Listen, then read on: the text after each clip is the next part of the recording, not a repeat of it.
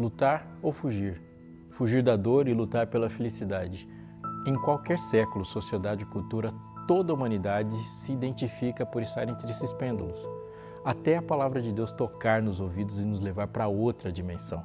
Para além do que nos iguala com os animais, Jesus nos tira e nos leva para um monte para entender o que é ser bem-aventurado. E nós vamos com Ele. Não saia daí, está começando o seu Fé para Hoje.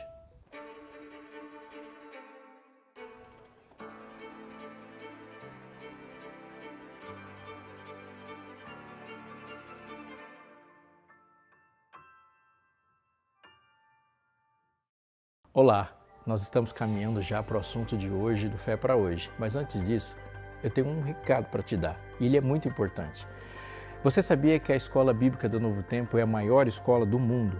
Sabia também que você pode fazer parte dela simplesmente recebendo, adquirindo dos nossos materiais? A gente pensa em adquirir, receber e automaticamente, obviamente, a gente pensa em pagar. E quanto vai pagar por isso? Mas na Escola Bíblica do Novo Tempo, esse material é oferecido para você pelos Anjos da Esperança. Isso significa que é completamente de graça. Você simplesmente escolhe uma das formas e pode receber o material que eu tenho para te dar. Esse material aqui é novo, feito para você, e você pode navegar pelas páginas da Bíblia e aprender muito sobre o nosso Criador, acompanhando a história de mulheres incríveis, marcadas pela fé. Sim, pode chegar até você, você pode ligar para 0 operadora 12 21 27 3121. Esse número aqui funciona em horário comercial. Mas fora também, e o tempo todo, você pode falar conosco pelo WhatsApp. 12 98244 0077. Você manda a mensagem e automaticamente você vai ser atendido e vai preencher o cadastro. Ou pode escolher biblia.com.br, entra lá no site e digita, você vai passar pelos caminhos de maneira muito fácil. Ou aponte seu celular para o QR Code. Qualquer um desses caminhos você pode escolher e você pode vir comigo, estudando a Bíblia e aprendendo mais.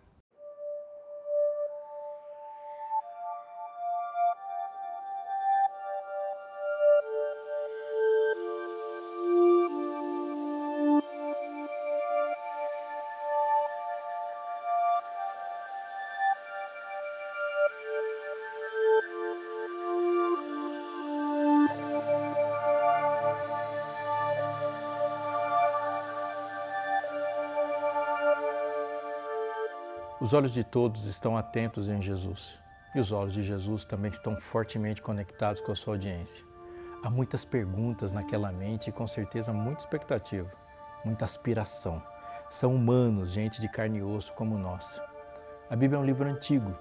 Do momento em que Moisés marcou com a cunha o tablete de argila até o momento que você abre o seu tablet, já se passaram mais de 3.500 anos.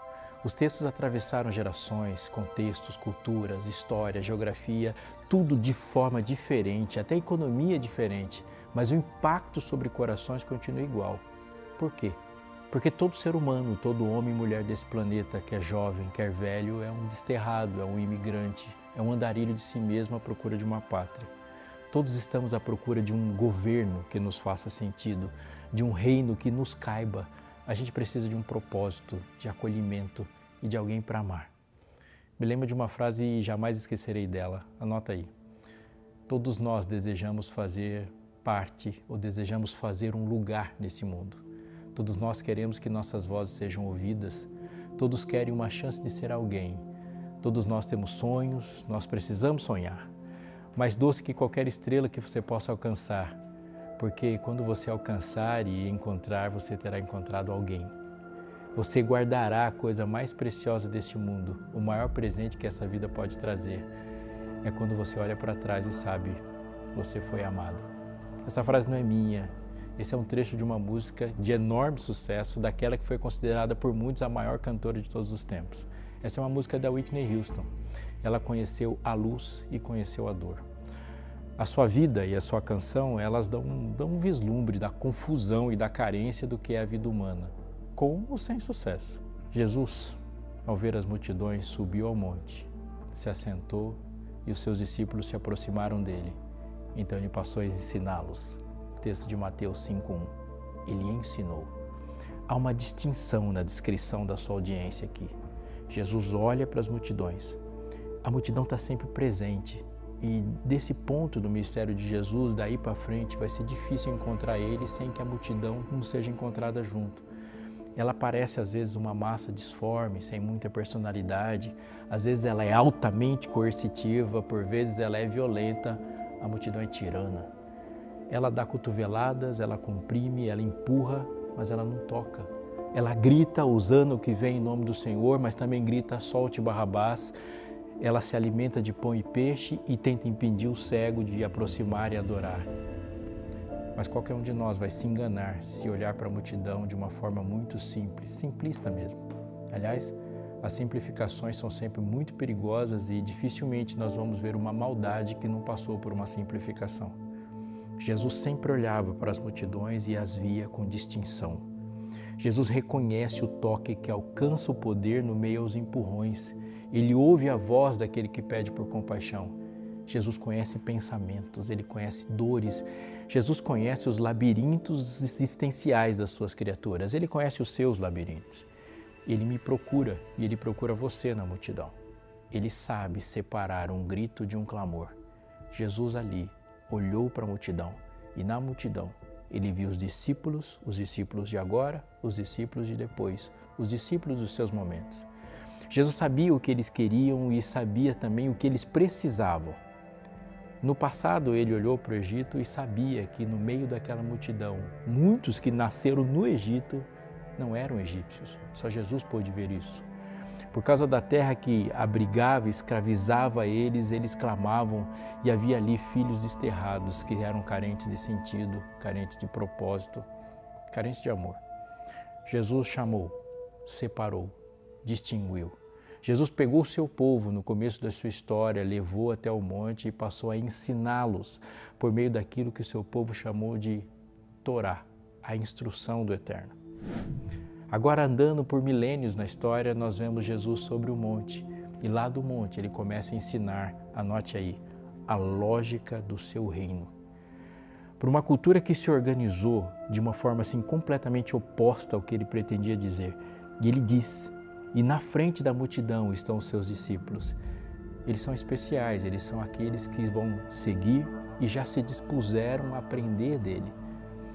Essa é a diferença entre aqueles que estão assentados diante de Jesus no monte para ouvir e é exatamente a diferença entre aqueles que em todos os tempos estarão sob o efeito radicalmente transformador do Sermão do Monte e viverão o reino onde estiverem. Aqueles que encaram como uma boa palestra, elas nunca vão sentir o efeito do Sermão do Monte. O Sermão do Monte é para aqueles que olham para Jesus e veem o que ele falou como um instrumento de combate e organização da vida. Discípulos ou multidões? Todos nós estamos assentados diante dele e ele irá dizer coisas que somente farão sentido real e prático se a aceitação dele e da sua palavra já tiverem acontecido. No final do sermão ele disse isso aqui, todo aquele, pois, que ouve estas minhas palavras e as pratica, será comparado a um homem prudente que construiu a sua casa sobre a rocha. Caiu a chuva, transbordaram os rios, sopraram os ventos e bateram com força contra aquela casa e ela não desabou, porque tinha sido construída sobre a rocha.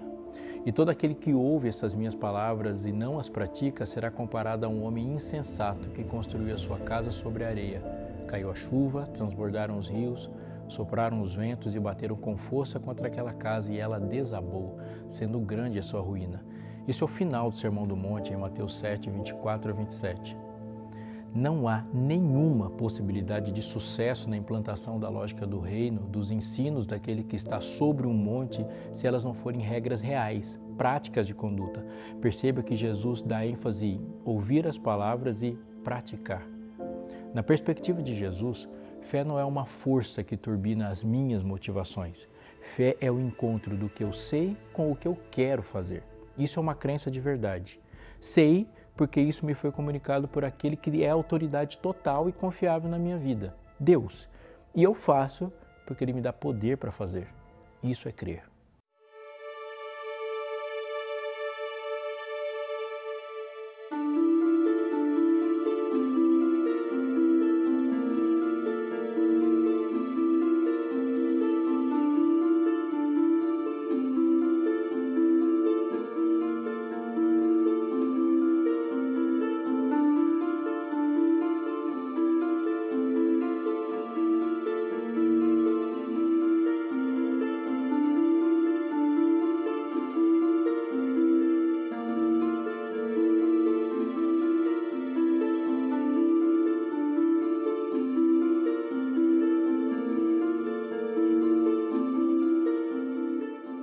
É de fundamental importância perceber a maneira como Jesus constrói a sua instrução. Ele faz isso fora da ditadura da felicidade.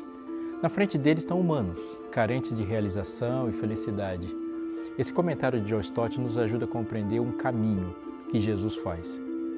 Ninguém sabe melhor do que o nosso Criador como trazer felicidade ao ser humano. Ele nos fez e sabe como funcionamos melhor. Mas é um sério equívoco traduzir Macários, bem-aventurado, por feliz. A felicidade é subjetiva, enquanto Jesus está fazendo um julgamento objetivo sobre essas pessoas. Ele não está declarando o que elas podem sentir em uma determinada ocasião, mas o que Deus pensa a respeito deles e o que elas realmente são, bem-aventuradas. A compreensão sem filtro ou reflexão de bem-aventurado como simplesmente feliz vai gerar um obstáculo logo de cara, quando ele mencionar, por exemplo, os que choram. Se dermos um salto na Bíblia e encontrarmos no Apocalipse essa bem-aventurança, você vai ouvir: então ouvi uma voz do céu dizendo, escreva, bem-aventurados os mortos que desde agora morrem no Senhor. Sim, diz o Espírito, para que descansem das suas fadigas, pois as suas obras os acompanham. Esse é o texto de Apocalipse 14:13. Quando a gente se depara com um texto declarando um morto como feliz, o mínimo que a gente pode fazer é parar para pensar um pouco sobre esse significado. A primeira coisa a considerar é que não é o bem-aventurado que está fazendo uma declaração de si mesmo e do seu estado. Quem está fazendo isso é Deus. Ele está dizendo o que na avaliação perfeita dele está bom ou não está bom. Isso tira completamente o caráter subjetivo da definição. Não é como a pessoa está se sentindo, como ela está olhando para si ou para as outras pessoas, o que as pessoas estão deduzindo sobre o seu estado. É Deus fazendo uma avaliação da sua própria obra. É interessante comparar também as bem-aventuranças com os atos criadores de Deus na semana da criação. Lá, ele nomeia, distingue, dá propósito e manifesta a sua aprovação. E disse Deus, está no texto, que haja luzeiros no firmamento dos céus para fazerem separação entre o dia e a noite, e sejam eles para os sinais, para as estações, para dias e anos, e sirvam de luzeiros no firmamento dos céus para iluminar a terra, e assim aconteceu. Deus fez os dois grandes luzeiros, o maior para governar o dia e o menor para governar a noite, e fez também as estrelas. E os colocou no firmamento dos céus para iluminarem a terra, para governarem o dia e a noite, a fazerem separação entre a luz e as trevas. E Deus viu que isso era bom. Houve tarde e manhã o quarto dia. Primeiro capítulo de Gênesis 14-19. Quando Deus está formando a terra, a lógica do reino já está presente e ele é o elemento gerador de felicidade. E essa satisfação está diretamente relacionada ao propósito que ele está dando para tudo. Assim Deus criou o ser humano. Deus criou o ser humano à sua imagem. E diz o texto, a imagem de Deus o criou, homem e mulher os criou. Perceba que ele os abençoa e lhes disse, sede fecundos, multipliquem-se, encham a terra, sujeitem-na, tenham domínio sobre os peixes do mar, sobre as aves do céu, sobre todo animal que rasteja sobre a terra. Deus viu tudo que havia feito e eis que era muito bom. E assim termina, houve tarde e manhã o sexto dia. Também no primeiro capítulo de Gênesis, os versos 27, 28 e 30. Há um Deus criador e feliz, agradado e satisfeito. A sua alegria e satisfação estão irradiando alegria e satisfação para toda a criação. O entendimento de que a satisfação e a alegria são elementos externos, isso é, vindos de fora do coração para o coração do homem, é radicalmente explicitada por Paulo em Gálatas. Olha o que ele diz. Mas o fruto do Espírito é amor, alegria, paz, bondade, longanimidade, benignidade, bondade, fidelidade, mansidão, domínio próprio. Contra essas coisas não há lei. E os que são de Cristo crucificaram a carne com suas paixões e os seus desejos. Gálatas 5, 22. O amor e a alegria estão sendo gerados e comunicados pelo Espírito. Ele não é um produto do coração humano, mas da vontade divina que não se separam dos demais atributos. Lá em Romanos ele escreveu, e não vivam conforme os padrões deste mundo, mas deixem que Deus os transforme pela renovação da mente para que você possa experimentar qual é a boa, agradável e perfeita vontade de Deus, ele fala em Romanos 12, 2. Os textos se assemelham nos fundamentos de que há uma condição, crucificar a carne e não se conformar aos padrões deste mundo. A lógica do mundo é a geradora de confusão e tristeza, de insatisfação. A alegria no espírito e a renovação da mente estão em oposição ao mundo e fazem parte de uma experiência de satisfação em que Deus é que dá a boa, agradável e perfeita vontade experimentada.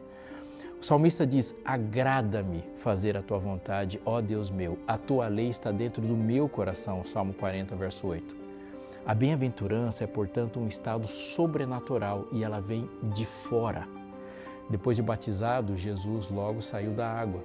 E eis que os céus se abriram, ele viu o Espírito de Deus descendo como pomba vindo sobre ele, e uma voz do céu dizia: este é meu Filho amado, em quem me agrado. Um texto conhecido de Mateus 4,16. Essa foi a experiência fantástica de Jesus. A semelhança com o relato de Gênesis é inegável. Jesus é declarado bem-aventurado pelo Pai. A sua identidade, a sua missão, a sua messianidade e a relação de satisfação é colocada em um patamar que o pensamento humano não optou por ter, sobre um alto custo. A voz é do céu. Essa é uma das partes mais importantes da Bíblia. A satisfação se dá numa relação céu-terra. A declaração vem de cima. Jesus não disse que ele era o Filho que dá felicidade ao Pai. Ele disse: a minha comida consiste em fazer a vontade daquele que me enviou e realizar a sua obra. Ele disse isso em João 4,34. Ele declarou que a sua satisfação estava na realização da vontade do Pai, e o Pai declarou que a sua satisfação estava no Filho. Não há nenhuma possibilidade de pensarmos corretamente as bem-aventuranças sob um olhar viciado do nosso conceito de felicidade, que em essência é um fim em si mesmo. Essa ideia de satisfação desconectada de propósito, distinção, de aprovação e espiritualidade, no sentido mais radical da palavra, no espírito, é uma relação de felicidade céu-terra. É oportuno lembrar que o mal que aflige o mundo é de natureza complexa. Em essência, ele tem apenas uma origem e causa: o pecado.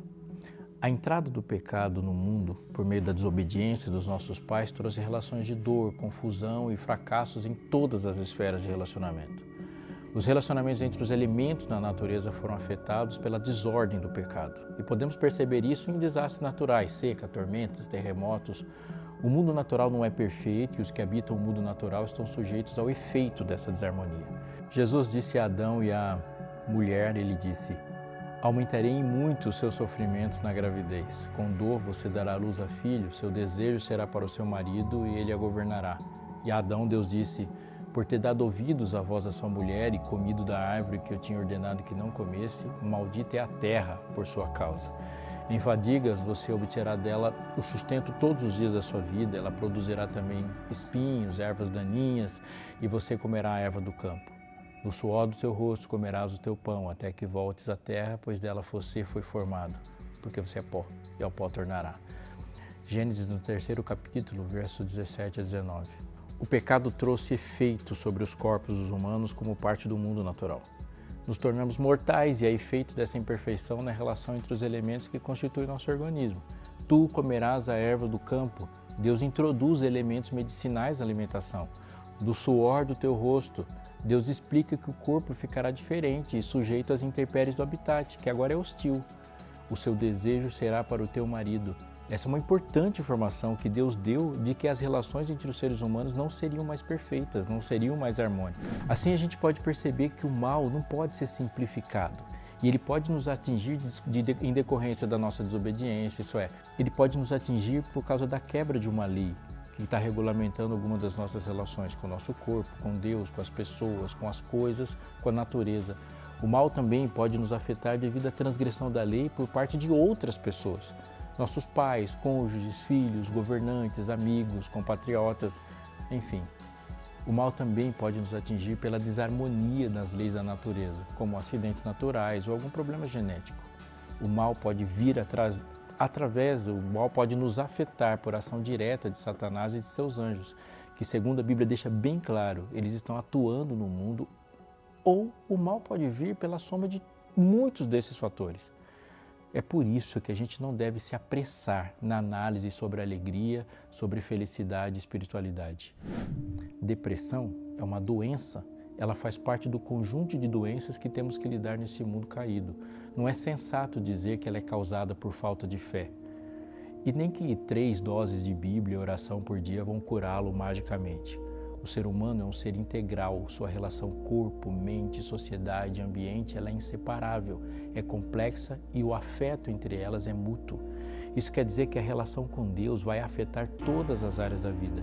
e as circunstâncias em todas as áreas da vida se relacionarão com a espiritualidade sem negar sua complexidade.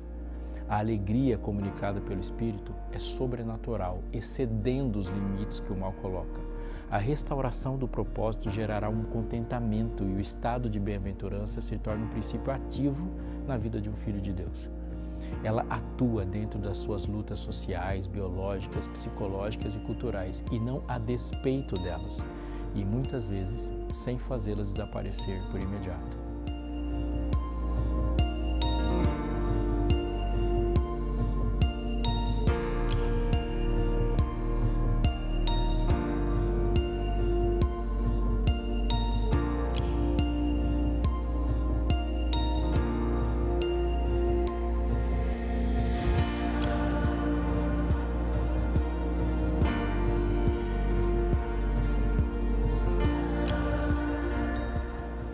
Compreendendo a complexidade do mal, compreendemos a complexidade da bênção. O processo de restauração e salvação avança sobre todas as áreas afetadas pelo pecado e em todas as dimensões. Compreendemos nosso vazio e o tamanho do problema nas passagens bíblicas que nos indicam a profundidade e essa complexidade. E vocês que no passado eram estranhos e inimigos no entendimento pelas obras más que praticavam, Paulo coloca o pecado na sua pior forma, uma rebeldia antagônica contra Deus. Ele fala isso em Colossenses 1:21. Em Romanos 3, 10 a 12, ele fala: não há justo, nenhum sequer, e não há quem entenda, não há quem busque a Deus. Todos se desviaram e juntamente se tornaram inúteis. Não há quem faça o bem, não há nenhum sequer. Aqui o pecado afeta o propósito de forma pangênica. Ninguém escapou, produzindo completamente sua perda. Escrevendo a Tito, ele trata o pecado como um ser escravizador, pois nós também, no passado, éramos insensatos, desobedientes, desgarrados, escravos de todo tipo de paixões e prazeres, vivendo em maldade e inveja, sendo odiados e odiando-nos uns aos outros. Tito 3:3. Não podemos pensar no discipulado em Jesus, na vida cristã, como você quiser chamar, ou na restauração do reino e da satisfação dos súditos desse reino de forma simples e aprisionada naquilo que viciamos em chamar de vida espiritual, restringindo a religiosidade a um mundo etéreo. A felicidade humana está na sua realização, na restauração do seu propósito, mas em ser aquilo que Deus o fez para ser. Sabemos que todas as coisas cooperam para o bem daqueles que amam a Deus, daqueles que são chamados segundo o seu propósito. Pois aqueles que Deus de antemão conheceu, Ele também predestinou para serem conformes à imagem de seu Filho, a fim de que Ele seja o primogênito entre muitos irmãos. E aos que predestinou, a esses também chamou. E aos que chamou, a esses também justificou. E aos que justificou, a esses também glorificou. Paulo escreveu isso falando aos Romanos, capítulo 8, verso 28. Mas perceba que Paulo não está dizendo que qualquer coisa coopera para o bem. Ele está dizendo que todas as coisas e mais, elas operam juntas, em sinergia. E o texto continua definindo o que é esse bem. O bem é a restauração do propósito, aqui expressado na palavra predestinou, isso é, um objetivo definido antes da própria existência. Antes de nascermos já havia um Deus, num plano maravilhoso que nos fez para sermos conforme a sua imagem. Quando o pecado afetou de forma complexa tudo ao nosso redor, a salvação começou a atuar de forma abrangente em tudo e Ele nos chama, justifica e glorifica.